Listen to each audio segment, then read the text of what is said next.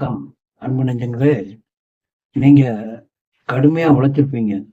ஆனா எந்த வளர்ச்சியும் யூடியூப்ல வரலையா? இப்ப நான் ஒரு சொல்ற 10 தவறுகள்ல எதையாவது ஒரு தவற நீங்க செஞ்சுக்கிட்டு இருக்கலாம்.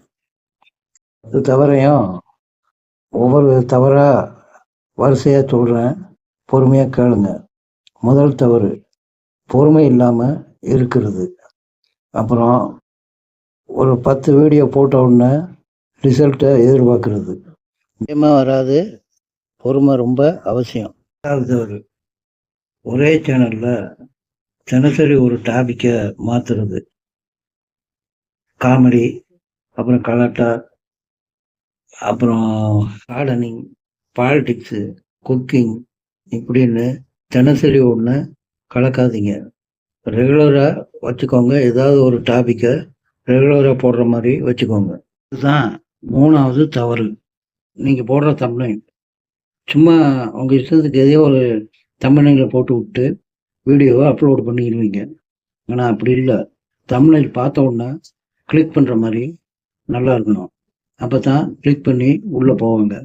அதனால் தம்ப்நெயில் ரொம்ப முக்கியம். தம்ப்நெயில் பார்த்த உடனே கிளிக் பண்ணுற மாதிரி போடணும். சாதாரண ஒரு தம்ப்நெயிலை போட்டிங்கன்னா யாருமே கிளிக் பண்ண மாட்டாங்க. சரி, நாலாவது தவறு என்னன்னு பார்த்துடலாமா? ஒரு டைட்டில் ஏதோ ஒப்புக்கு ஒரு டைட்டிலை கொடுத்துட்டு நீங்கள் வாட்டுக்கு இருந்தீங்கன்னா அதை யாருமே பார்க்க மாட்டாங்க, கிளிக் பண்ணவும் மாட்டாங்க. அதனால் டைட்டில் ஒரு கவர்ச்சியாக அட்ராக்ஷனாக பார்த்த உடனே உள்ளே போகிற மாதிரி கிளிக் பண்ணுற மாதிரி டைட்டில் கொடுங்க.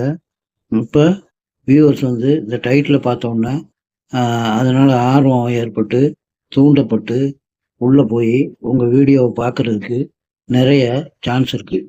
அஞ்சாவது தவறு, அதுக்கு முந்தி நான் உங்கள் ராஜகோபால், சுப்பியா டியூப், உங்கள் ஆதரவை தரணும்.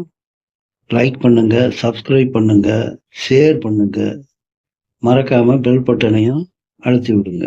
அது தவிர என்னென்னா, ஒரு நீளமான இன்ட்ரோ உங்கள் வீடியோவில் ஆரம்பத்தில் 5 வினாடிக்குள்ளே விஷயத்தை சொல்லி முடிச்சிருங்க. அதை விட்டுட்டு நீளமாக இழுத்துக்கிட்டே போனீங்கன்னா வியூவர்ஸு போரடிச்சு போய் உங்கள் வீடியோவை ஸ்கிப் பண்ணிட்டு போயிடுவாங்க, அதை தள்ளி விட்டுருவாங்க. ஆறாவது தவறு, ஆடியோ குவாலிட்டி. உங்கள் வீடியோவோட நீங்கள் பேசுகிற ஆடியோ தான் ரொம்ப முக்கியம். ஆடியோ நல்லா இருந்தால் தான் வியூவர்ஸு தெளிவாக இருந்தால் தான் கேட்பாங்க.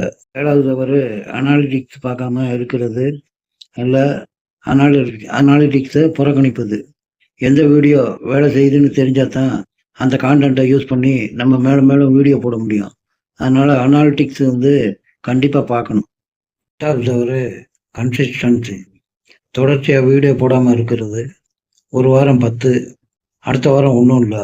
ஒரு மாதம் 20 வீடியோ, அடுத்த மாதம் 5 வீடியோ, இப்படி போடுறதுனால நமக்கு வியூஸு வராமல் போயிடும். 9வது தவிர காப்பி கான்டென்ட்.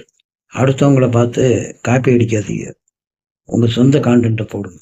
10வது தவிர விட்டுட்டு போயிடுறது. உங்கள் வீடியோ வியூஸ் போடலன்னு அப்படியே நிப்பாட்டி வச்சுடுறது, இல்லை வீடியோவே போடாமல் விட்டுறது.